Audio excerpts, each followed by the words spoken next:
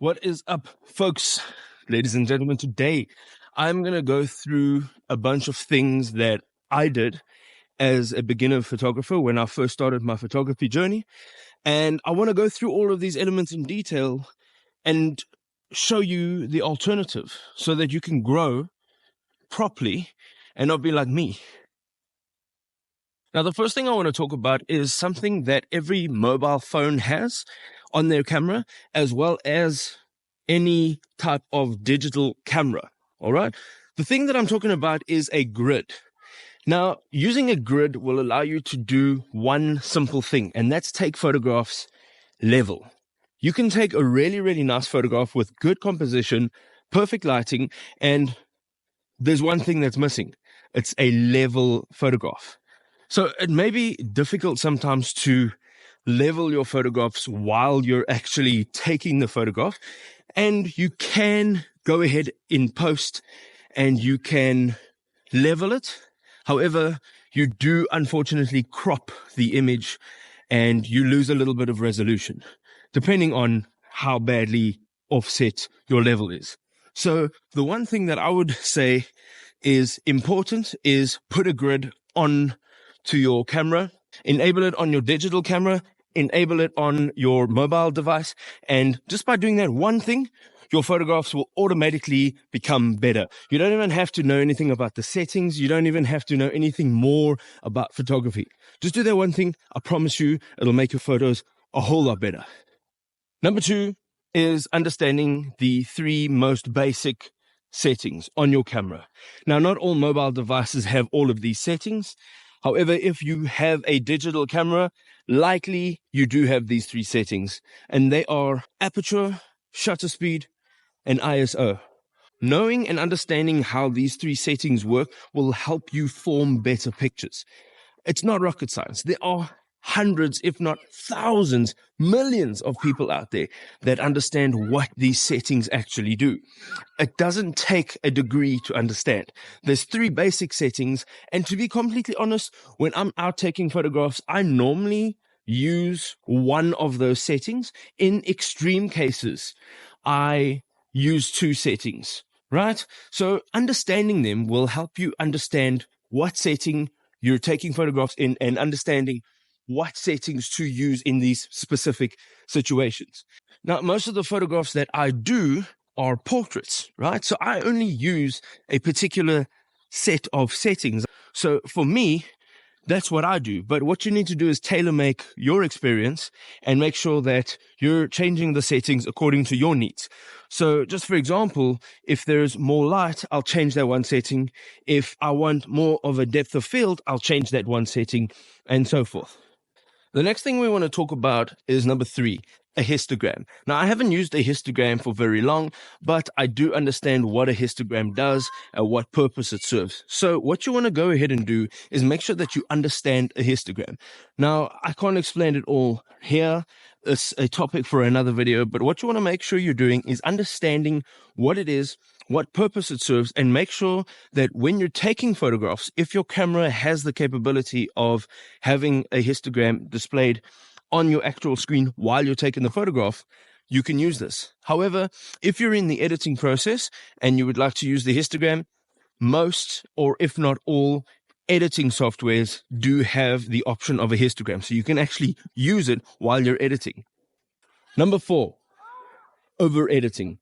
Now, don't get me wrong. In 1987, Photoshop came out, Adobe Photoshop, and it was mind-blowing, right? And before 1987, before the launch of Photoshop, there was a way of people manually editing or altering what photographs looked like.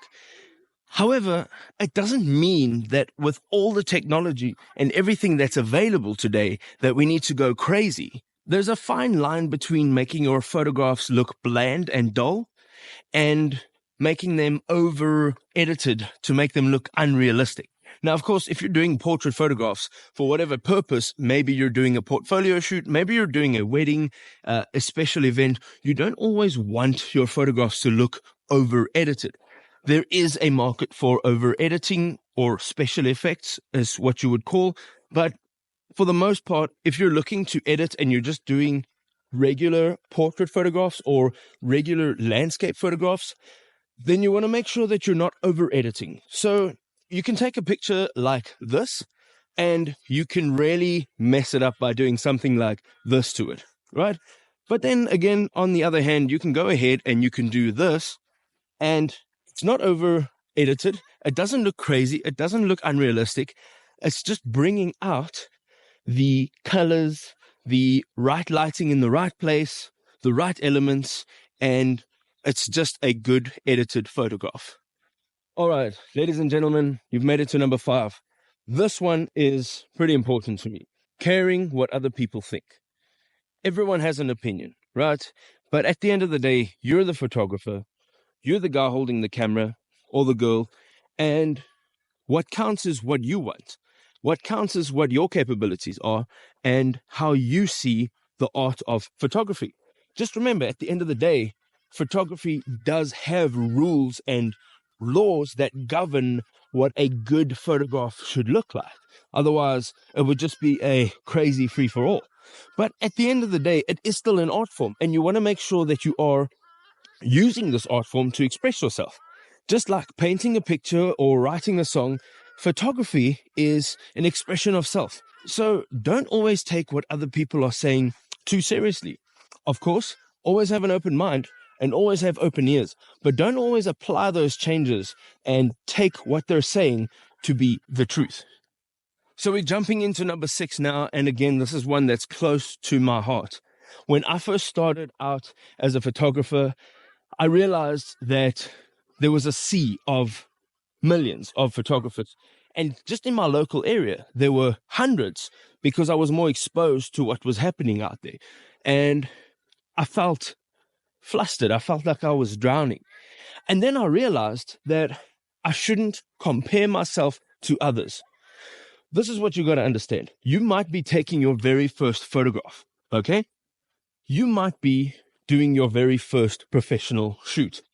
You're comparing yourself to somebody that you probably don't even know. And even if you do know them, you don't really know what experience and what knowledge they have. So you might be comparing your first photograph to their 100th photograph, or your first photo shoot to their 100th photo shoot. Let's be honest. There's so many people out there, all with their own unique style. Why copy somebody else? Do your own thing, create your own vibe, get your own feel for your photographs, and do it your way. And start comparing yourself to others that you don't know anything about and that probably have been in the industry much longer. Now, if you've made it this far, I'd like to thank you. If you do like the content that we make here, make sure that you hit the like button, subscribe if you really want to see more. And I'm going to hit you with a bonus tip. Take lots of photographs. One of the main things that I had found as I was progressing through photography was taking lots of photographs. So what I would do is I would go out with my camera and just take a bunch of photographs, right? It didn't have to be a paid shoot, but what I would do is I would try a bunch of different things. So I would go out, I would set my exposure, and then I would take a snap. And then I would come home and I'd have a look at those photographs and think to myself, what if I did it a little bit differently? So what I started doing is I'd go out, take photographs, and I would then one click down and lower the exposure, and then one click up and increase the exposure. Understanding your settings and making sure that you have a basic understanding of your camera. Go out, explore, try a bunch of different things, because at the end of the day, the more photographs you take, the better you'll become, the more experience you'll have. And when you do get that first gig, you will be better and you won't feel out of depth, because every single shoot that you do, every time you pick up your camera and you attempt to take a photograph, the settings will be different. The requirements will be different. The lighting will be different. The composition will be different. The subjects that you're photographing will be different.